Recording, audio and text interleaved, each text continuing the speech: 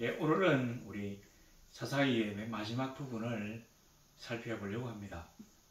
실제로 이제 사사기의 맨 마지막 부분, 우리가 이 앞에 미가의 집안의 제사장, 그 기사하고 그 다음에 레위인의 첫 기사, 이 두 가지가 사사기의 맨 마지막인데, 사실 시대적 배경으로 따진다면 이게 사사기의 맨 마지막이 아니라 사사기의 맨 앞에 해당됩니다. 근데 이 성경 기자가 왜 이 기사를 사사기의 맨 마지막에 배치했느냐 하면, 뭔가 이 사사 시대를 거치고 난 다음에 이스라엘에게 가장 중요한 것을 강조하려고 했기 때문입니다. 실제로 이제 이스라엘이 모세의 경도로 애굽에서 탈출해가지고, 그 다음에 이제 너보산에서 모세가 죽고, 요수아의 인도로 요단강을 건너서 가나안 정복 전쟁을 시작했는데, 가나안을 정복하고 난 다음 완벽하게 정복한 건 아니지만 그래도 어느 정도 가나안을 정복하고, 또 가나안의 원주민들과 어느 정도 이렇게 서로 지역을 분점하고 이제 살아가기 시작한 바로 그때 이야기입니다.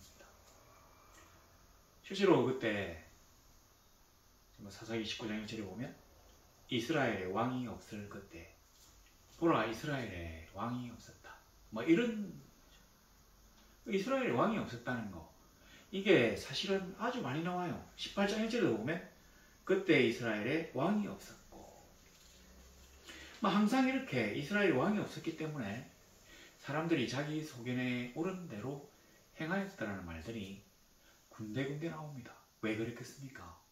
이스라엘에도 이제 왕이 나와야 된다고 하는 메시지를 이 성경을 읽는 독자들에게 주고자 했기 때문입니다. 근데 이 이스라엘 사람들이 가나안 땅을 정복하고 초기에 에브라임 산지 구석에 거류하는 어떤 레위 사람이 있었어요.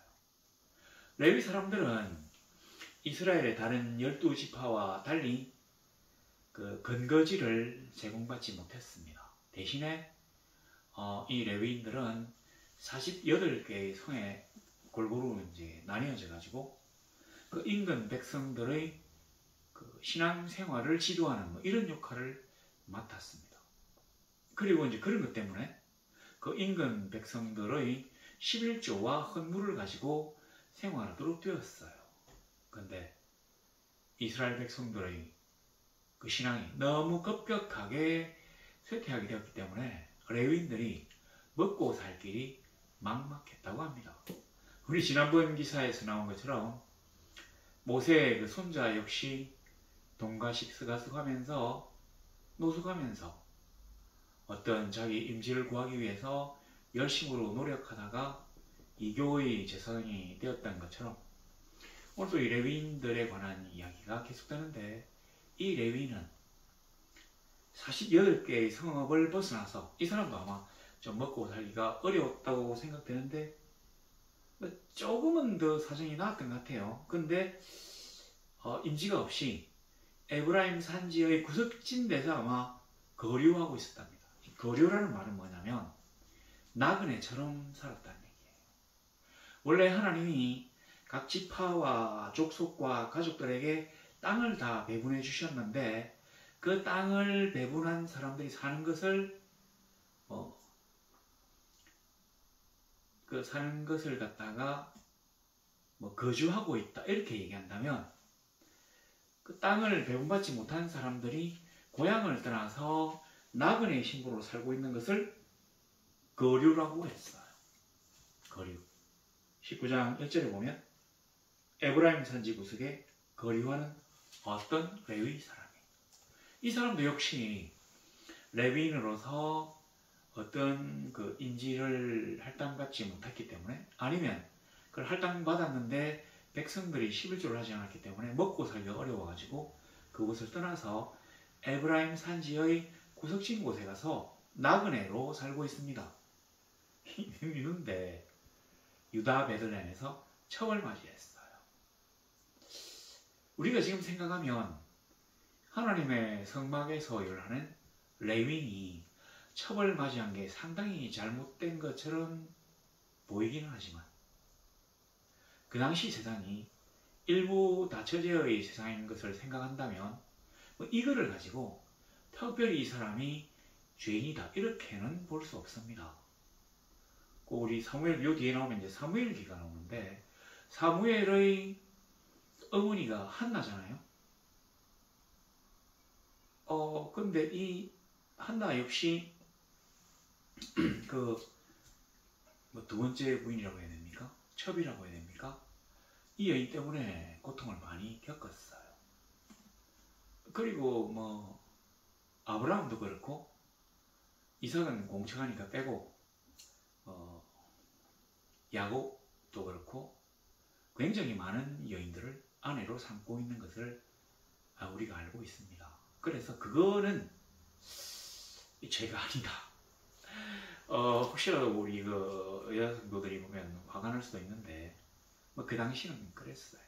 그랬는데 이제를 보니까 그 첩이 행음하고 남편을 떠나 아버지 집에 돌아가서 넉 달을 지냈답니다. 이 행음하고라고 하는 뜻이 뭐냐면 뭐 이게 사실은 음행이라는 말을 거꾸로 했네요. 근데 이 이제 음행이라는 이 단어가 그냥 어쩌다가 한번 실수로 외도를 저질렀다는 말이 아니라 이 원래 이 창녀가 하는 행동에 이 단어를 사용하거든요. 음행이라고 행음, 음행. 그래서 아마 음행이라고 하고 행음이라고 하는 모양입니다. 그렇기 때문에 뭔가 이 첩이 아주 좀 장기간 어떤 외간 남자들과 성관계를 했다고 하는 말입니다. 그리고 남편을 떠나라는 이 떠나라는 말이 그냥 몸이 떠났다고 하는 말도 되지만 몸과 마음이 동시에 떠났는데 그냥 떠난 게 아니라 완벽한 관계의 차단을 얘기하는 거예요. 그러니까 이 첩은 이 레위인 남편에 대해서 뭔가 반감을 가지고 있었다고 하는 뜻입니다. 그리고 요 떠나라고 하는 단어로 인해서 이 여인이 남편의 집, 그러니까 뭐 에브라임 산지의 어떤 거류지에서 자기 친정이 있는 유다 베들레헴으로 떠나간 것이 뭔가 남편에 대한 불만의 표시일 수도 있다. 조금 더 나아가서는 이 여인이 장기간 그 외간 남자들과 뭐 그런 물란한 성관계를 한 것이 남편에 대한 어떤 이 적대감 또는 불만 때문이었을 수도 있다고 하는 것들을 암시해주고 있어요. 뭐 그 외에도 여기에 다양한 해석들이 존재하지만 이게 이제 가장 무난한 해석으로 지금 여겨지는데, 그러니까 이 여자가 행음하고 친정으로 떠나가지고 넉 달 동안 있었다고 하는 여기에도 뭔가 이 레위인 남자에 대한 그러니까 이 뭐 귀책 사유가 있다 이런 거를 성경이 지금 얘기하고 있는 겁니다. 이게 넉 달 동안 있었어요. 그래서 그 남편이 3절을 보면 여자에게 다정하게 말하고 그를 데리고 오자 하여, 이 다정하게 말하고는 관계의 회복을 시도하는 말을 한다는 것이죠. 서로 이렇게 불만족스러웠던 것도 얘기하고, 너가 나를 배신하고 외간 남자와 관계한 이런 것들을 내가 용서해줄게. 그리고 우리 첫사랑을 회복해보자. 뭐 이런 얘기를 한다는 얘기입니다. 그래서 에브라임 산지에서 유다 베들레헴으로 가기로 했어요. 나귀 2마리와 하인 1명을 데리고 갑니다. 그리고 이 하인은 아마 좀 어리거나 젊은 소년으로도 이렇게 번역이 되는 그런 하인을 데리고 갔어요. 자, 근데 그에게로 가매 여자가 그를 인도하여 아버지에 들어가서 장인이 그를 보고 아주 기뻐해가지고 환대를 열심히 합니다. 4절에 보면 그의 장인 곧 그의 아버지가 그를 머물게 하매 그가 3일 동안 그와 함께 머물며 먹고 마시며 거기서 유숙하다가. 우리는 이렇게 써놨는데 실제로 이게 원문으로 보면 머물며 그리고 먹고 그리고 마시며 그리고 유숙하며. 그러니까 거기에 머물고 있는 동안 다른 일들은 전혀 하지 않고 먹고 마시고 자고 하는 일만 3일 동안 계속 되풀이했다고 하는 얘기입니다. 왜 그랬겠습니까?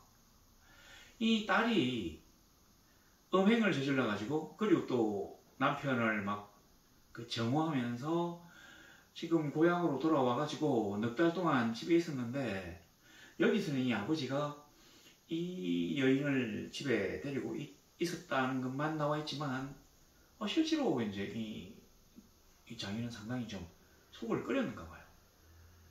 그랬는데 남편이 오니까 너무 기뻐가지고 자기 딸의 그런 큰 험에도 불구하고 다시 이 여인과 잘 살아보려고 왔기 때문에 너무 기뻐가지고 쉬지 않고 이렇게 음식을 대접하고 마실 것을 주고 잔치를 베풀었다는 얘기입니다. 그리고 또 다른 말로는 뭐 이런 거 있죠. 내가 우리 사위를 잘 대접하면 이 사위가 마음이 더 노곤노곤해져가지고 딸을 잘 대해줄 것이다. 절대로 딸을 박대하지 않을 것이라고 하는 그런 기대감. 그 다음에 이전의 나쁜 기억을 다 털어버리고 새롭게 출발할 수 있는 뭐 그런 마음들을 키워주려고 이 장인이 계속 접대를 한 것입니다. 근데 3일이 지났어요. 근데 5절에 보세요. 넷째 날 역시 아침에 일찍 일어나 떠나고자 하매 그 여자의 아버지가 그의 사위에게 이르되 떡을 조금 먹고 그대의 길을 도둔 후에 그대의 길을 가라하리라. 그래서 또 함께 먹고 마셨어요. 이제 또 너무 이게 시간이 오래 걸렸는지 다시 저녁이 되고 또 거기서 유숙하게 되고 그 다음날 그러니까 다섯째 날에도 역시 또 유숙하게 됩니다. 실제로 보니까 그 사람이 일어나서 가고자 하되 그의 장인의 간청으로 거기서 다시 유숙하더니 다섯째 날 아침에 일찍 일어나 떠나고자 하면 또 그렇게 얘기해요. 자, 이렇게 해가지고 5일 동안을 계속해서 사위를 접대하는 잔치를 베풀게 됩니다. 술도 마시고 맛있고 귀한 음식들을 제공하면서 가물을 들려주고 해서 사위의 마음을 기쁘게 했어요. 자, 근데 이 레위는 이제 6일째가 되니까 아무래도 가야 되겠다. 뭐 이런 마음이 들었던 모양입니다. 우리가 9절에 보니까 그대의 마음을 즐겁게 하고 내일 일찍이 그대의 길을 가서 그대의 집으로 돌아가라 하니 그 사람이 다시 밤을 지내고자 하지 아니하여 일어나서 떠나 여부스 맞은편에 이르렀으니 여부스는 곧 예루살렘이라. 실제 우리는 이 그 장인과 사위가 이렇게 막 가야 된다, 아니 좀 더 있다 가라 이런 어떤 그 신랑이 이게 나중에 일어날 일에 대한 어떤 원인이 되었다고 생각할 수도 있습니다. 가령 여기 지금 보니까 6일째 새벽 아침 일찍이 떠났다면 틀림없이 좀 멀리 에브라임 지파의 경내에 들어갈 수 있었을 터인데 장인이 그런 거를 갖다가 만류해가지고 하루를 더 유숙하게 하려고 막 음식을 먹고 기력을 도둑으로 어쩌라고 즐겁게 하라고 이런 식으로 하다 보니까 또 먹고 즐기다 보니까 또 이제 해가 좀 어느 정도 많이 기울었던 모양입니다. 그러니까 이 사위는 안 되겠다, 지금은 떠나야 되겠다 싶어서 길을 떠났어요. 근데 사실은 이렇게 길을 떠난 게 엄청나게 큰 재앙을 이 사위와 그 일행들에게 가져옵니다. 장인도 이건 꿈에도 몰랐을 거예요. 그런데 지나놓고 다시 본다면 이 장인은 이제 이번에 마지막으로 내 딸을 볼 거라고 하는 마음이 들었는지도 모르겠습니다. 우리가 흔히 사람을 영적인 존재라고 하는데 우리가 그냥 보면 이렇게 눈으로 보이는 육신으로 이루어진 것 같아도 우리의 영이 뭔가 그 미래에 일어날 일들에 대한 징조의 예감들을 주는 경우가 많이 있어요. 여하튼 이렇게 장인과 작별하고 길을 떠난 이 사람이 이제 어느 정도 길을 떠나서 여부스 맞은편까지 이르렀습니다. 이게 예루살렘이에요. 근데 왜 여기서는 예루살렘이라고 하지 않고 여부스라고 했느냐 하면 그 당시에는 이 예루살렘이 이스라엘 사람들의 영역이 아니라 여부스 사람들이 살고 있었던 이방의 땅이거든요. 이 예루살렘을 갖다가 빼앗은 때는 다윗 때, 그러니까 사울왕 때까지 이 예루살렘 성을 차지하지를 못했다는 얘기입니다. 그리고 여기에 있던 이 여부서 사람들은 우리가 옛날에 그 이스라엘 12 정탐꾼들이 갔다 와서 자기들 보고 뭐라고 합니까? 우리가 볼 때는 그 사람들이 보기는 우리가 아마 메뚜기 떼 같았을 것이다 라고 얘기한 그 사람들이 바로 이 여부서 사람들이에요. 거인들. 이 거인들이 절벽 위에 세운 요새가 예루살렘이거든요. 너무 이제 이게 차지하기 어려운 곳이기 때문에 아직도 차지하지 못했고, 그래서 여부서라고 하는데, 하여튼 여부서 맞은편에 왔답니다. 이르렀는데 그 나귀 2마리와 첩이 그와 함께 하였던데, 여부서 가까이 이제 쭉 가니까 해가 지려고 해요. 그래서 이 종이 우리 그 여부서 사람들의 성읍에 들어가서 하룻밤을 유숙하자고 얘기합니다. 그러니까 12절에 주인이 그에게 이르되 우리가 돌이켜 이스라엘 자손에게로 속하지 아니한 이방 사람의 성읍으로 들어갈 것이 아니니 기브아로 나아가리라 하고. 이게 굉장히 중요한 말입니다. 종은 여기가 이스라엘 백성들 형제가 사는 곳인지 아니면 이방인들이 사는 곳인지에 대해서는 전혀 고려하지 않아요. 그냥 해가 뉘엿뉘엿하고 해가 지고 난 다음에 험한 산길을 걷는 것을 두려워했기 때문에 주인에게 가까운 성읍으로 들어가서 하룻밤을 유숙하자고 얘기합니다. 성 안으로 들어가지 않고 그냥 들판에서 유숙해도 되는데 이게 아마 굉장히 위험했던 모양입니다. 야생 짐승들이라든지 맹수들의 위험도 있고 도적과 강도들의 위협도 있고, 이래서 아마 이 굉장히 위험한 일이었던 것 같은데, 그러니까 종은 여부서에 들어가자 얘기를 해요. 근데 레위인은 자기가 배운 게 있어 놓으니까 우리가 이방 사람의 땅으로 들어가서는 안 된다. 차라리 우리 이스라엘의 그 성읍인 기브아로 가자. 기브아는 베냐민 지파에 속한 강입니다. 그래서 이제 기브아에 들어가려고 했는데 13절에 보니까 또 그 종에게 이럴 때 우리가 기브아나 라마 중 한 곳에 가서 거기서 유숙하자고 앞으로 나아가니까 진짜로 이제 기브아에 가까이 이르러가지고 해가 졌대요. 그러니까 또 베들레헴에서 위로 쭉 올라가면 예루살렘이 있고, 예루살렘에서 위로 조금 더 올라가면 기브아가 있어요. 그 기브아에서 한 3km 정도 가면 라마가 있어요.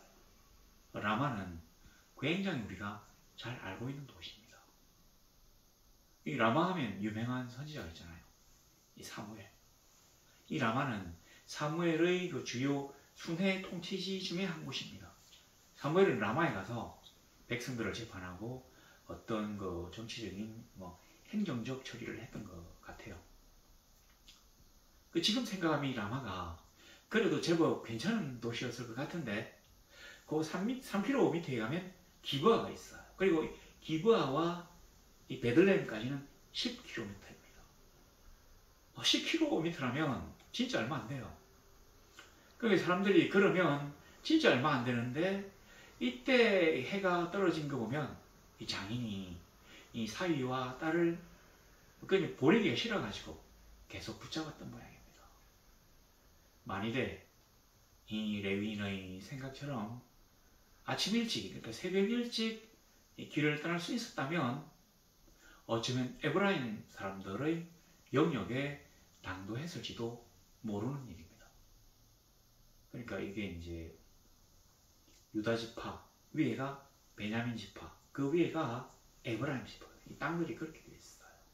그리고 단 지파는 에브라임 지파에서 지중해 쪽으로 좀 빠져 있습니다. 그런데 조금만 더 일찍 나와가지고 만일 한 10시간 정도를 더 걸을 수 있었다면 에브라임 지파의 땅에 들어왔었겠죠. 그러면 문제가 일어날 확률이 훨씬 적었을 것입니다.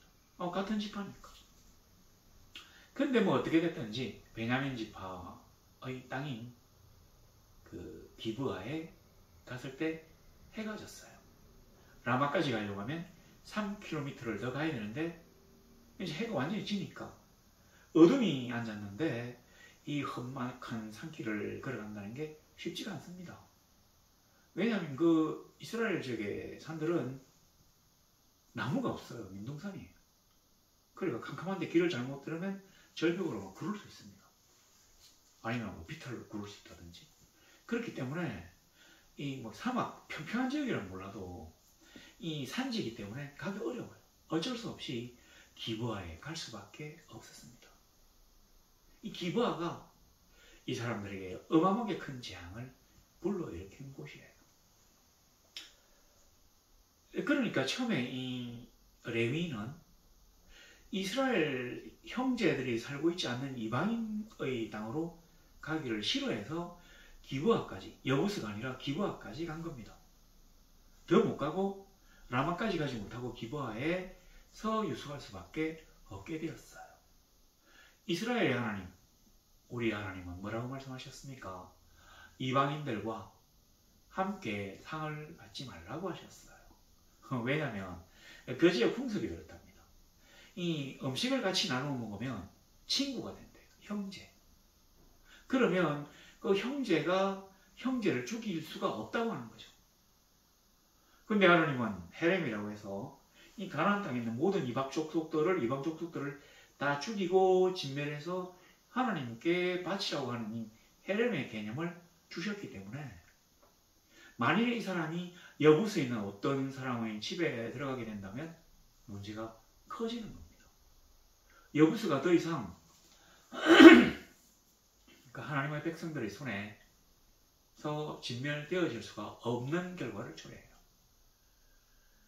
하여튼 뭐 그래서 이제 이 레위인은 우리 동쪽에 있는 곳에 들어가자. 근데 이게 옛날에는 여인숙이 그러니까 여관이 없어요. 우리 그 여인숙 여리고성 그 점령할 때 보면 여인숙 있고 여관의 그 기생 라합 얘기가 나오는데 사실 그 기생이 우리나라 개념의 기생이 아니라 창녀를 얘기합니다. 창기. 그리고 이 창기가 있는 여관은 여관이 아니라 요즘 말로 하면 내음굴이에요. 성매매 업소. 그러니까 건전한 야근에는 그 여인숙 여관에 들어갈 수가 없어요.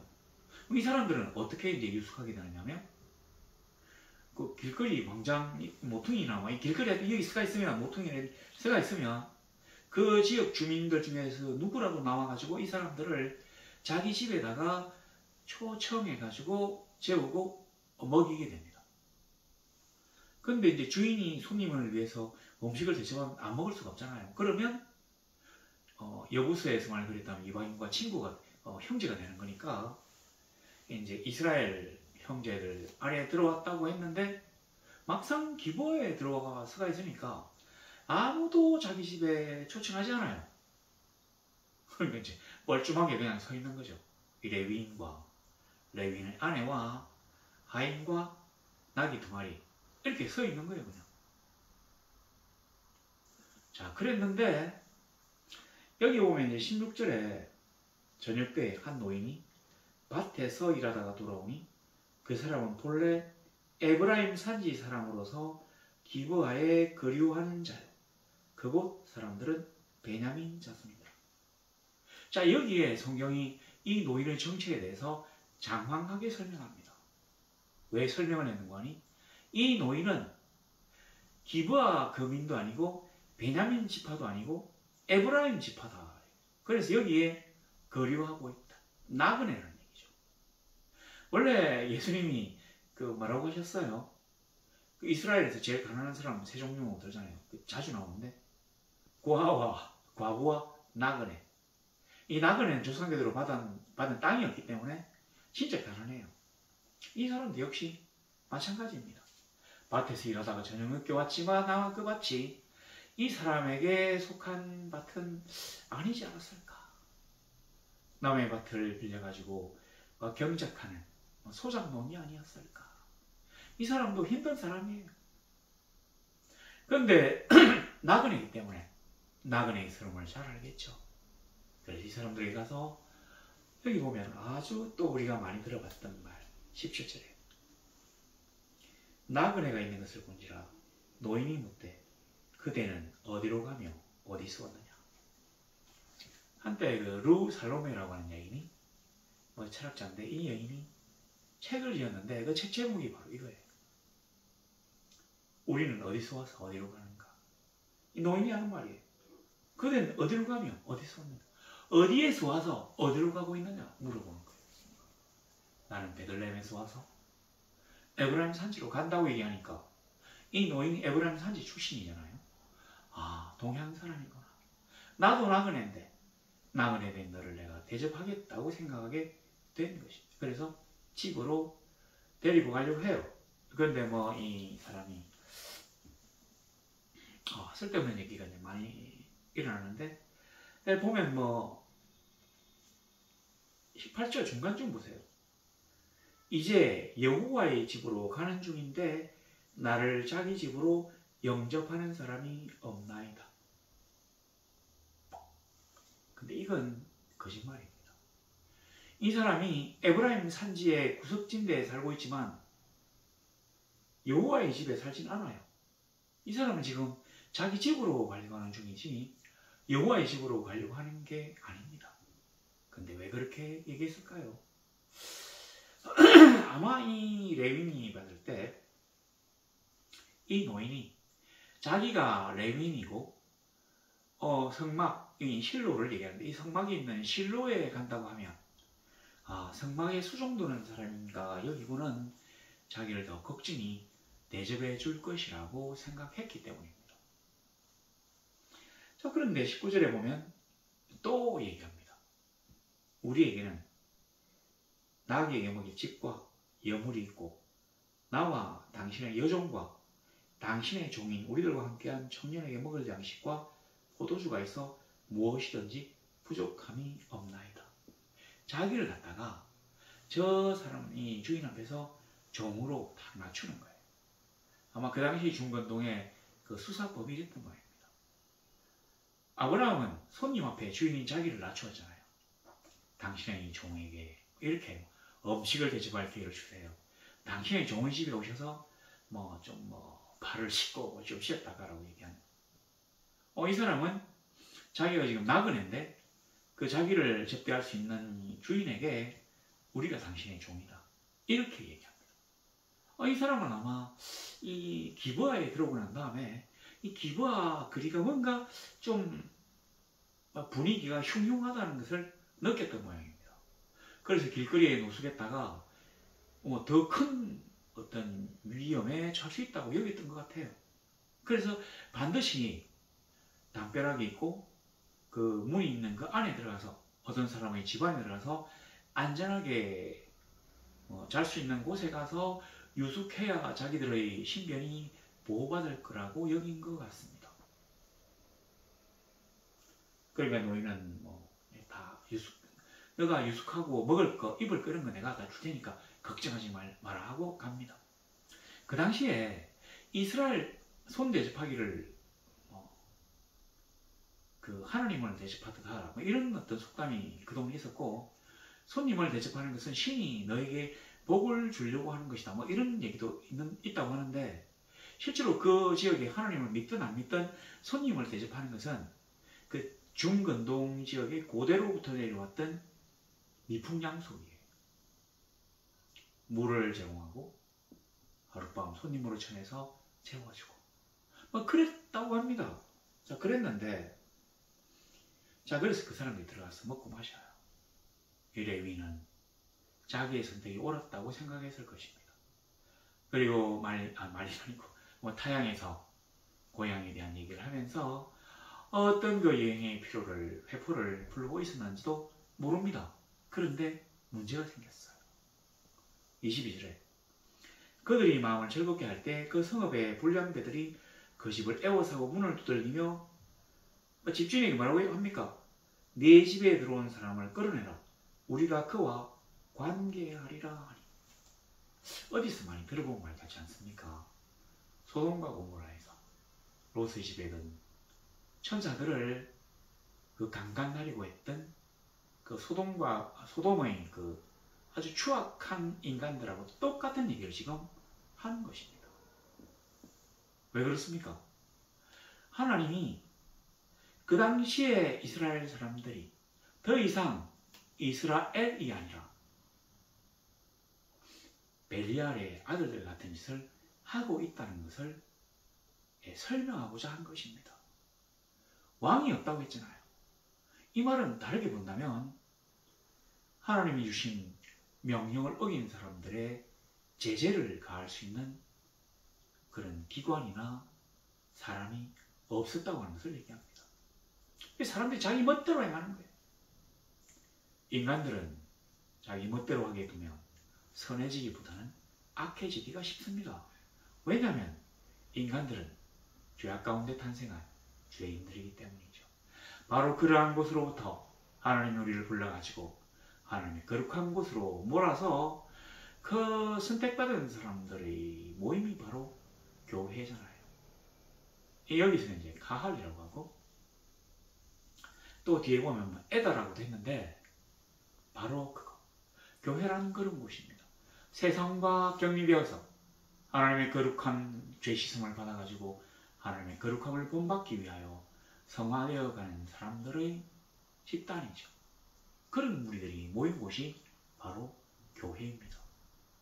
그런데 그래서 하나님은 이스라엘을 선택하셔서 이 세상의 수많은 사람들 가운데 하나님의 자녀로 삼아주셨어요. 그 레곱의 종살이에서 건져내어서 가나안 땅을 허락하셨습니다.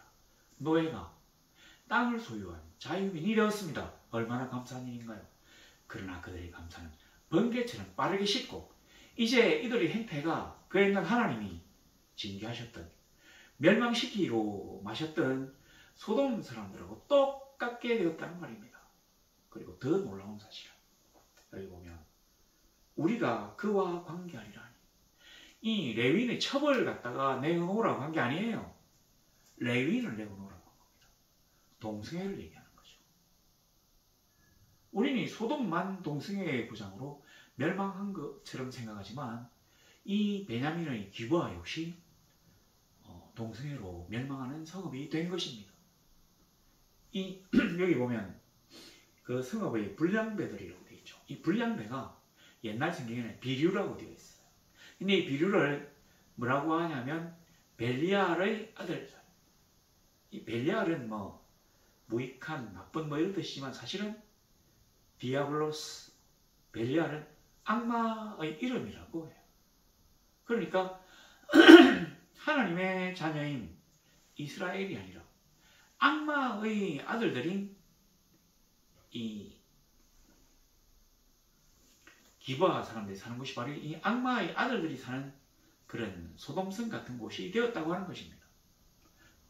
이 레위인은 여기가 하나님의 그 선택된 백성들, 자기의 형제들이 사는 곳이라고 찾아왔지만 사실은 여기는 하나님의 나라가 아니라 하나님의 땅이 아니라 악마의 땅이었다는 말입니다. 이 동성애가 그렇게 깊이 퍼져 있었던 모양입니다. 정말 놀라운 사실이죠. 그러니까 29절에 이것도 보면 어디서 들어본 말 같습니다. 그들에게 나와서 말할 이르되 이르니 내 형제들아 청하노니 이 같은 악행을 저지르지 말라. 그러니까 이제 뭐 하지 말라라고 하니 해서는 안 된다고 하는 거잖아요. 근데 요 하지 말라라고 하는 말이 사실은 원문으로 보면 이 세 가지 단계가 있대요. 아주 강하게 안 돼 하는 거하고 하지 마 이런 뭐 강하게 하는 부정 금지 명령도 있고 그 다음에는 뭐 하지 마라 하는 약간 좀 뭐 안 하는 게 좋지 않겠냐 뭐 이런 정도가 있고 세 번째는 뭐 좀 그만둬주면 안 되겠습니까 같은 약한 금지어가 있대요. 여기에 서 있는 말은 이 우리나라 말로는 여기 안 나오는데 내 형제들아 청하노니라면 그래서 넣었던 것 같아요. 이같이 악행을 저지르지 말라. 제발 좀 그 악을 저지르지 않아주면 안 되겠습니까? 왜 이렇게 얘기했냐면 이 노인 역시 나그네였거든요. 롯 역시 소돔성 사람들에게는 나그네였잖아요. 그래서 말빨이 먹히지 않았어요. 이 노인도 나그네이기 때문에 이 기브아 사람들에게 말빨이 먹히지 않습니다. 자, 그랬는데 옛날 사람들이 사고방식이 좀 뭐 비슷한 것 같은데 너무 요즘 사람들하고 달라요. 여기 보니까 내 처녀딸과 이 사람의 첩이 있은즉 내가 그들을 끌어내리니 너희가 그들을 욕보이든지 너희 눈에 좋은 대로 행하되 오직 이 사람에게는 이런 망령된 일을 행하지 말라 하나. 아니 그 딸들 뭐 2명 이상이겠죠. 딸들하고 아니 3명 이상인가 모양입니다. 딸들. 히브리어에는 이게 단수, 쌍수, 복수는 3 이상이거든요. 이 딸들하고 첩하고 한 4명 정도의 여자들을 내어줄 테니까 이 여자들을 너희가 욕보이고 이 레위인은 건드리지 말라고 얘기하는 겁니다. 요즘 사람들이 들으면 택도 아닌 소리죠. 이 사람이 생각하는 보다 큰 악을 갖다가 막기 위해서 자기 집에 들어온 손님을 보호하기 위해서 이 사람 생각에는 보다 더 적은 악을 행하게 한다는 것 자체가 말이 안 되는 거예요. 그리고 이 딸들과 이 첩을 이 사람들에게 욕보이도록 내어준다는 게 레위인을 내어주는 것보다 이게 적은 악이라고는 뭐 글쎄 좀 생각이 어렵지 않을까요? 아무래도 이게 4명 이상이 피해를 보는 거하고 한 사람이 피해를 보는 거 좀 말이 안 되는 것 같은데 여하튼 뭐 그때는 그랬단 말입니다. 근데 이 말도 롯이 소돔성 사람들이 한 말이에요. 그러니까 어디나 이 악당과 이 악당들의 도시에서 일어나는 일은 뭐 비슷한 모양입니다. 하나님은 이러한 것들이 너무 보시기 싫어가지고 이 땅에 하나님의 나라를 만들어서 그의 백성들이 하나님의 법을 지키면서 그 안에서 평화롭고 안정되고 보호받는 삶을 즐기기를 원하셨습니다. 그래서 하나님이 지켜야 될 법을 우리에게 주셨어요. 그런데 우리는 그 하나님의 법과 보호를 간섭과 감독이라고 생각해서 언제든지 여기서 뛰쳐나가고자 합니다. 그러니까 이제 이런 일들이 벌어지는 거예요. 우리는 예수 그리스도로 말미암아 구원받은 큰 은혜가 있는 사람입니다. 그러나 우리가 예수 믿는 연도가 오래되니까 신앙의 연조가 오래되니까 번개처럼 우리의 첫사랑과 감사를 잃어버리고 세상 사람들과 같아지거나 더 못하게 되었습니다. 하나님의 자녀인 우리들은 세상을 쫓아 살아가다가 어느 날 벨리알의 아들들이 되어버리고 말았습니다. 자, 그랬으면 그런데 우리는 안 돼요. 왜냐면 이게 이제 이 남색하는 것들이 너무 많아가지고 무리가 듣지 아니하므로 그 사람은 레위인을 말합니다. 자기 첩을 붙잡아서 끌어내었어요. 근데 여기 붙잡아 밖으로 끌어내다고 하는 요 단어를 원문으로 보면 어떤 뉘앙스냐 하면 여자가 나가기 싫어서 발버둥을 치는데 억지로 무력을 동원해서 여자를 잡아가지고 집 밖으로 내몰았다고 하는 그런 그 뜻이 있습니다. 굉장히 질이 나쁜 남편이에요. 그 잘 살고 있는 여인을 불러가지고 이런 끔찍한 재앙을 겪게 만든 아주 철이 없지만 더 나쁜 잔인한 인간입니다. 하나님의 사람이라고 스스로 자처하면서 내가 지금 하나님의 성소가 있는 실로로 간다고 얘기한 사람이 어떻게 이런 추악한 짓을 할 수 있는지 정말 참 인간은 알 수 없는 존재입니다. 자, 그래서 그들이 그 여자와 관계하였고 밤새도록 그 여자를 능욕하다가 새벽 미명에 놓은지, 여기 능욕이란 말은 단순히 이 여자를 강간했다고 하는 내용이 아닙니다. 우린 요걸 능욕이라고 했는데 몸을 버렸기 때문에 욕을 받다고 해서 능욕이라고 하지만 이 단어는 요거보다 좀 더 심한 단어. 그러니까 변태 성욕으로 이 여인을 괴롭혔다는 얘기입니다. 제가 차마 제 입으로는 말씀을 드리지 못하겠고 아마 우리 그 성도님들이 생각하시는 그게 맞을 겁니다. 이렇게 그 수많은 그 이 불량배들에게 이렇게 윤관을 당하고 난 다음에 그러니까 변태 성욕에 이제 당하고 난 다음에 여자 죽었어요. 동설 때 여인이 자기의 주인이 있는 그 사람의 집 문에 이르러 엎드려져. 발길까지 거기 엎드려져 있더라. 그의 주인이 일찍 일어나 집문을 열고 떠나고자 하더니 여인이 집문에 엎드려져 있고 그의 두 손이 문지방에 있는 것을 보고 그에게 이르되 일어나라. 우리가 떠나가자 하나 아무 대답이 없는지라. 이 죽었다는 얘기. 자, 이 여인은 보세요. 그렇게 밤새도록 그 수많은 그 기브아의 그 불량배들에게 그렇게 능욕을 당하고 그래도 새벽에 풀려나서 그 남편에게 돌아가고자 그 만신창이가 된 몸을 이끌고 그 유숙하고 있는 그 노인의 문지방까지 왔다는 얘기입니다. 이 문지방에 탁 엎드려서 이 두 손이 와 있다는 말은 뭡니까? 기어서라도 이 문지방 안으로 들어가고자 했다는 얘기인데 잘 보세요. 동틀 때 여인이 여기 왔어요. 일찍 일어나 문을 열고 떠나고자 했어요. 그러니까 이 사람은, 레위는 이 여인의 안부가 전혀 궁금하지 않습니다. 새벽 일찍 일어나가지고 몰래 떠나고자 했다는 얘기입니다. 이 여인을 희생양으로 던져주고 자기 혼자 살려고 몰래 떠나고자 했다는 얘기예요.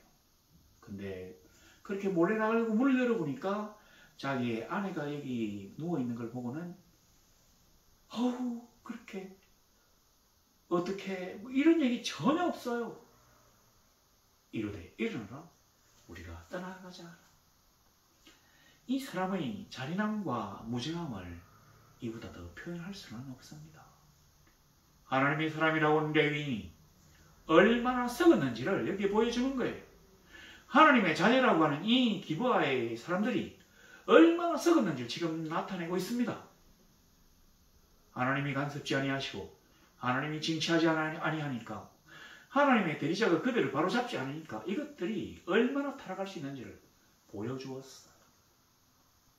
그리고 인간들은 얼마나 빨리 배은망덕할 수 있는지, 얼마나 빨리 감사를 잃어버릴 수 있는지를 여기에서 얘기하고 있는 것입니다.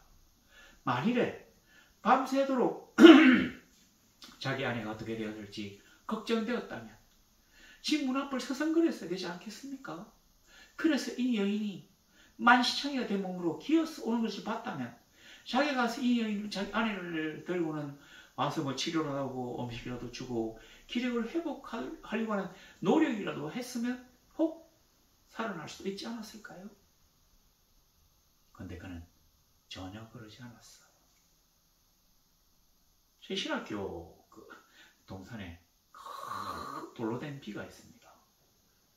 목사가 되기 전에 먼저 인간이 되어라. 하나님 우리에게 말씀하십니다.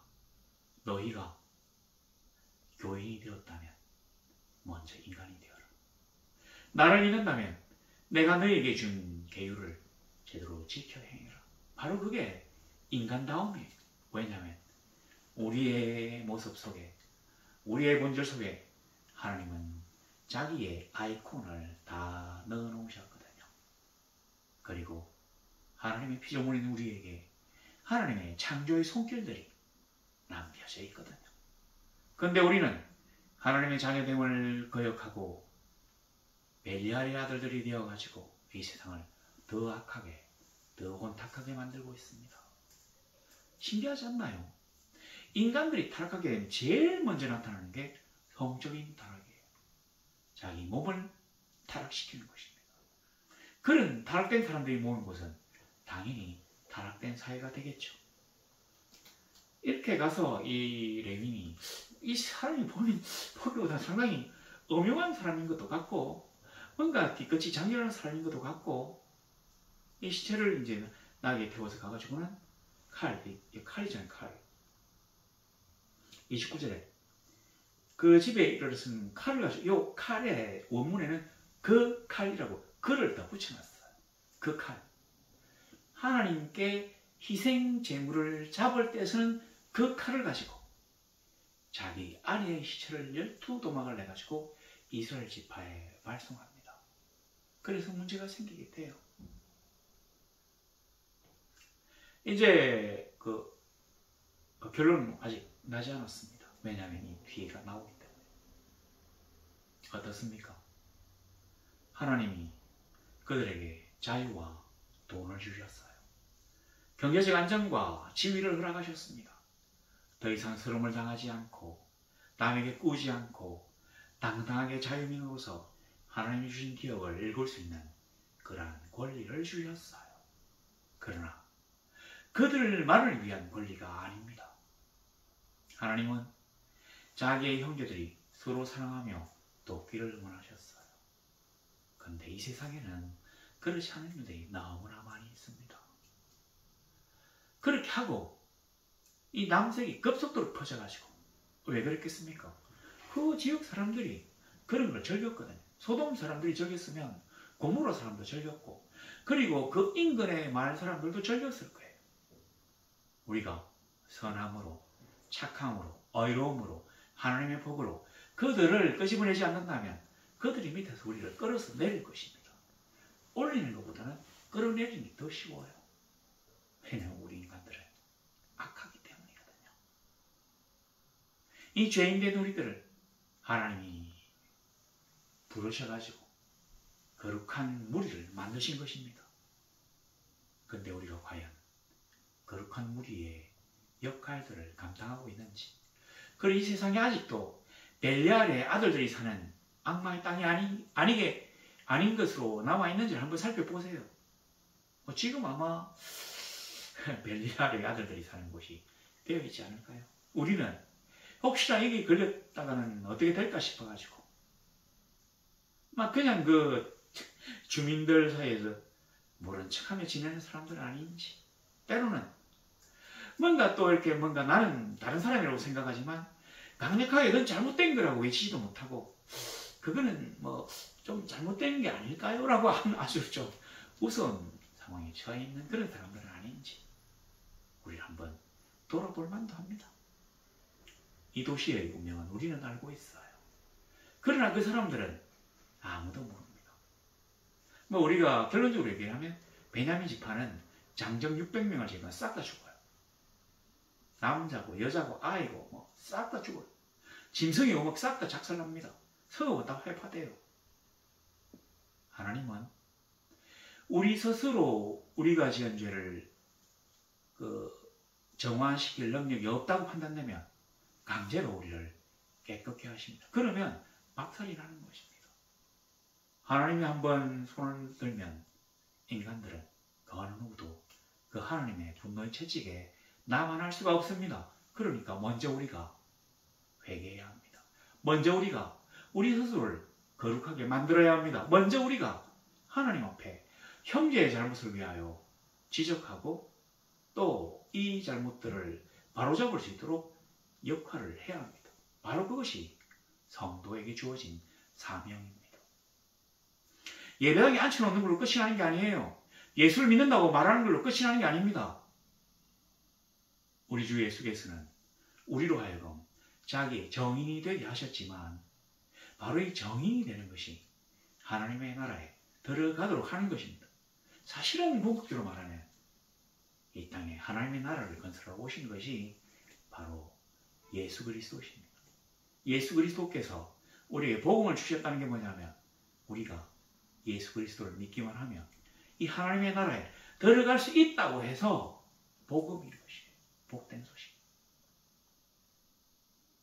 우리 너무나 죄악 중에 탄생해서 죄악 중에 살아가는 공고한 인간들입니다. 그러나 하나님의 복을 받고 하나님의 법을 지키려고 이 죄악된 육신의 소욕들을 꺾으면서 나아가는 사람들을 우리는 성도라고 하잖아요.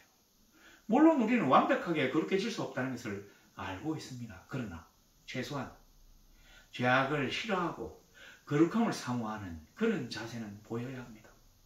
어떻습니까? 지금 우리나라는 어떻습니까? 지금 우리 사회는 어떻습니까?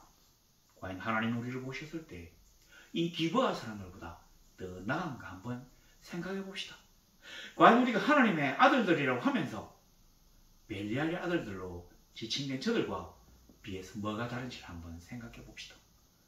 내가 하나님의 일꾼입니까?